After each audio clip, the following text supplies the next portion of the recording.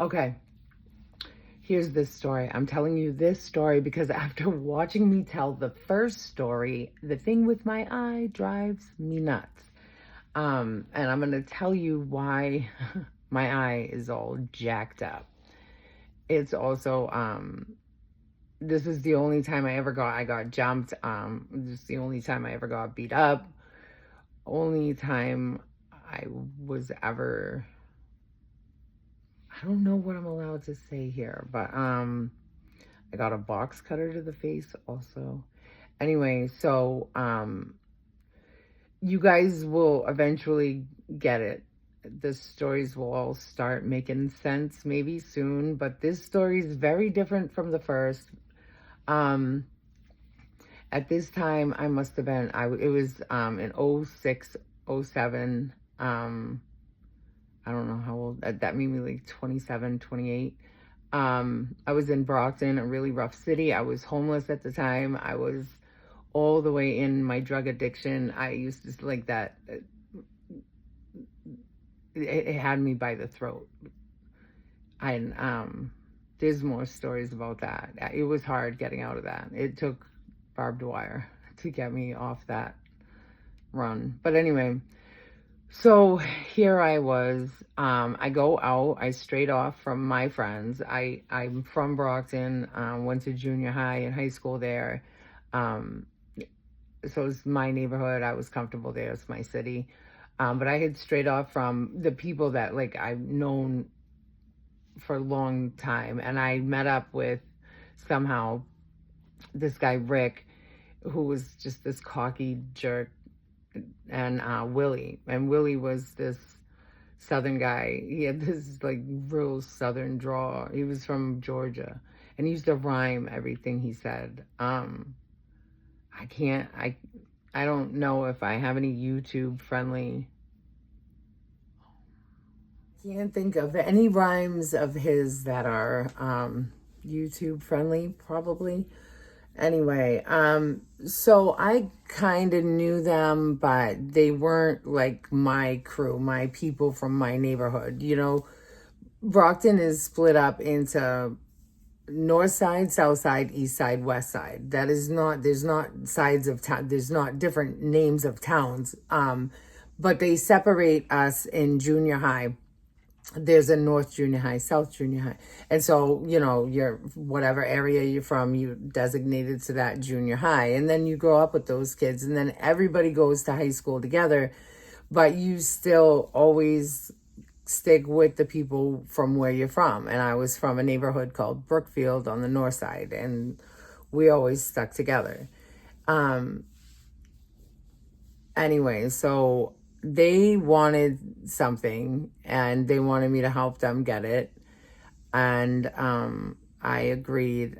My memory is junk regardless, just in general. But the next thing I remember, I am in the back of a pickup truck, the kind where I had my own door, but you had to open the front door to be able to open the door in the back of the yeah.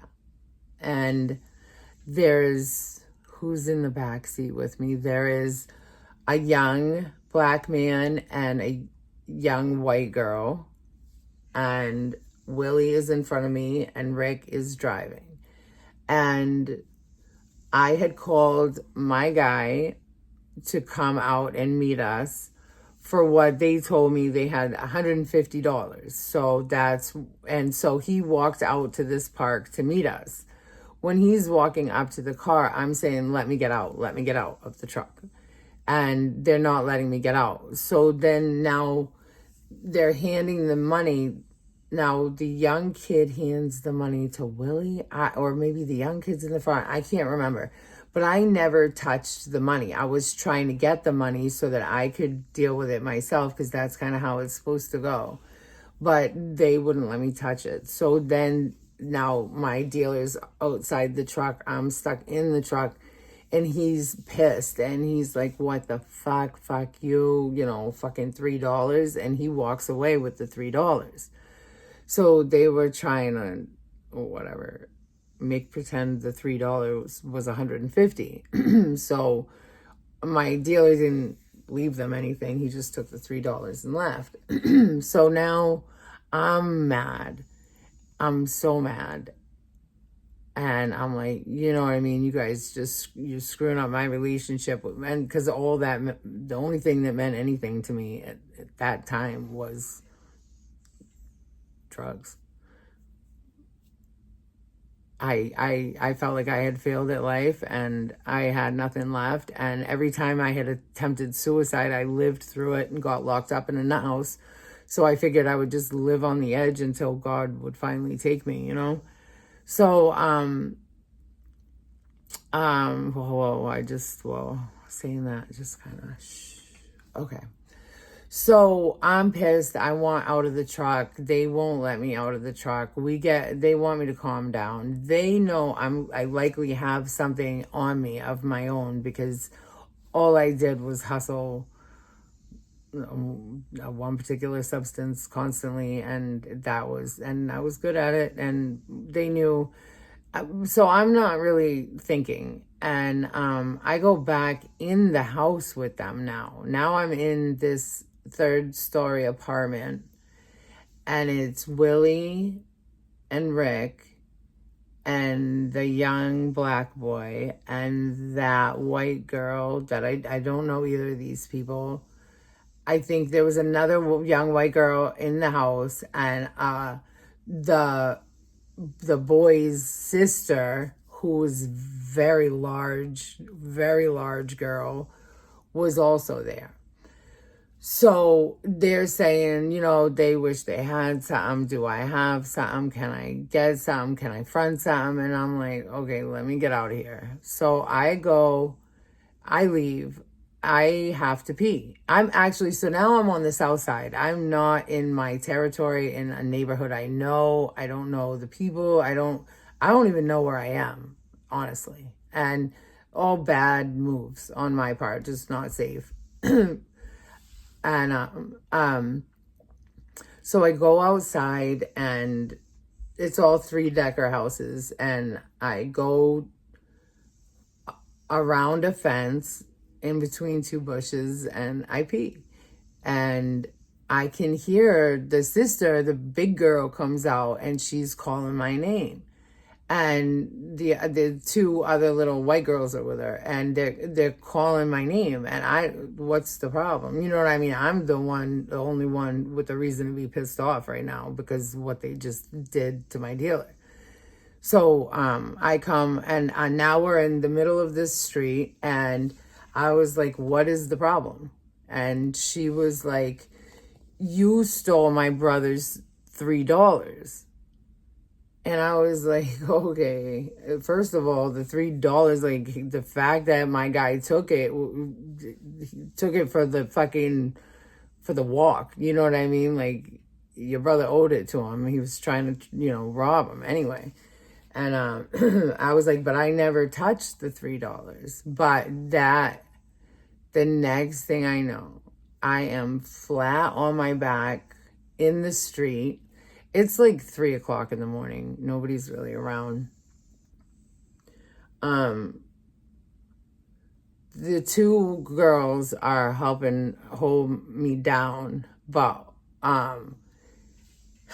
that big girl was standing over me, so she's standing up above my head, and she's looking down, and she had, I swear, baseball mitts for hands, and she's just punching me as hard as she can. In my eyes, mostly. She didn't break my teeth. She didn't break my nose. She broke my face. Yeah. And so what they wanted now is if I had drugs to give up, she would have stopped hitting me. And I did. It was only $10 worth of whatever. But the point is the principle. If I say, oh my God, don't beat me up. Here, take this. Then that's who I've now become, and that's the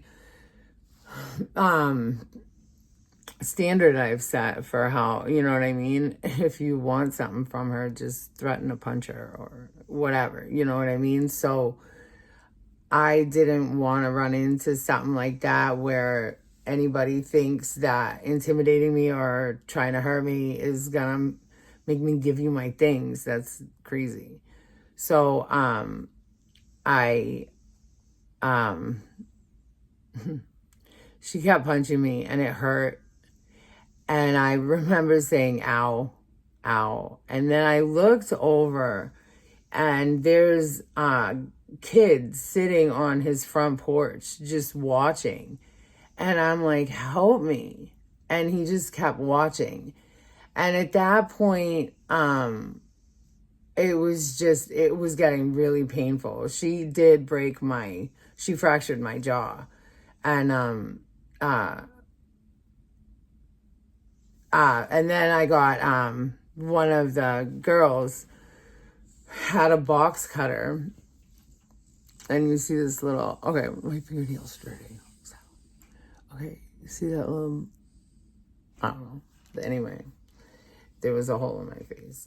And I finally said, you know what, here, just take this. And they took it and they ran inside. Like I gave them a bag of money or something. And I got up and I started just running. I grabbed my purse and my flip-flops. And I was just running down this. No, not my flip-flops or not my purse. Something. I was running down the street, and then that kid that was sitting on the porch was like, hey, hey. And he had something, whether it was the flip-flops or the purse, I don't remember. And I was like, why didn't you help me? And he said that girl's brother was like a gang member and that he was scared to help me. Sorry guys, I really go back into the moment. So now he gave me whatever and I'm like, whatever. And I just start running and, I just want to get back to my friends and so it's late and I'm not in a neighborhood where you're likely to see something like a nice white couple driving through at 3 a.m. And that's what I saw. And I'm like, oh my God, they'll help me. So I'm running up to them and I'm like, oh my God, stop, help me. And they're rolling up their windows and telling me that they'll call the police for me, but they're not letting me in their car.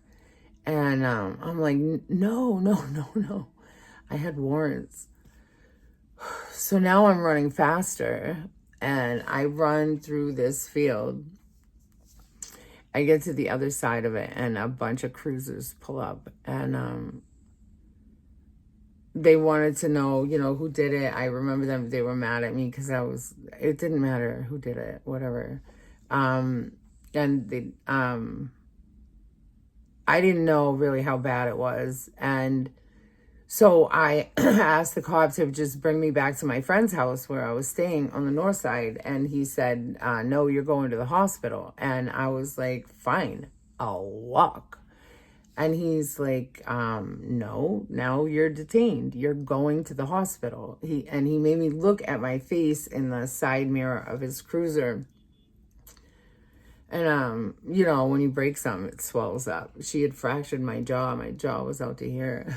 And my eyes were already, I don't remember. But ultimately, I in my blog, I call the story Raccoon Eyes. I had big black eyes. Oh, the white was red for a long time. It took to heal. So I waited. They didn't run me and find out that I had warrants. And I went in the ambulance. I got to the hospital. They checked for brain bleeds. I didn't have any. They wanted to stitch up my face, but they were making me wait, and I just wanted to get out of there. And I remember the feeling. It was the first time I'd ever gotten beat up. And I was so helpless. There was nothing I could do. There was more of them than me, and it was unexpected and all that. But I felt like such a punk. And at that time in my life, when I was living on the streets, being a punk is the worst thing you could be, you know, and I just felt like such a loser. And oh God, I really hated that feeling. I couldn't sit in that hospital. I couldn't sit with that feeling. And I called my friends. I had them come get me.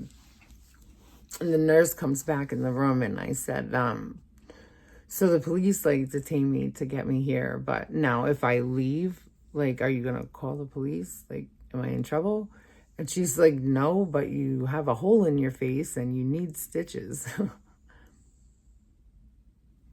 I ran out the door, jumped in my friend's caravan, whatever.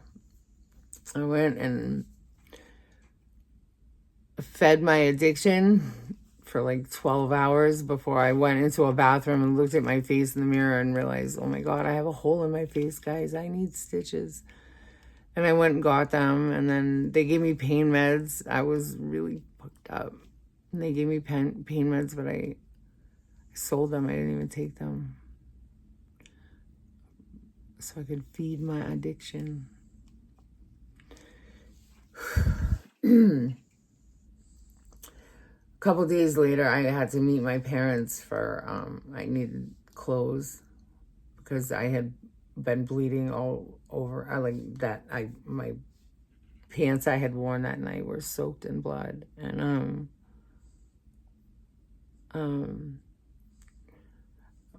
I saw my parents saw me all jacked up, and my stepdad cried. And in my blog, I said, that's like, I think it's the first time I remember seeing him cry.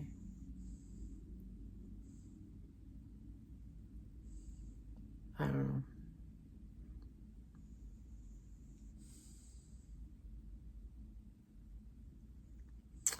So yeah, but anyway, I actually now I have glasses. I have a prescription. It's only in one eye. It's this eye. So if you were wondering why I have a lazy eye that doesn't do what the other eye does, that's why. Was it self-inflicted? I guess that's what I chalk it up to in my like filing cabinet of my life. That's something I signed up for by living that life at all. Shit like that is bound to happen, you know?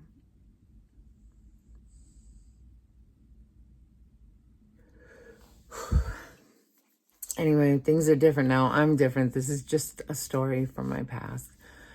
More to come.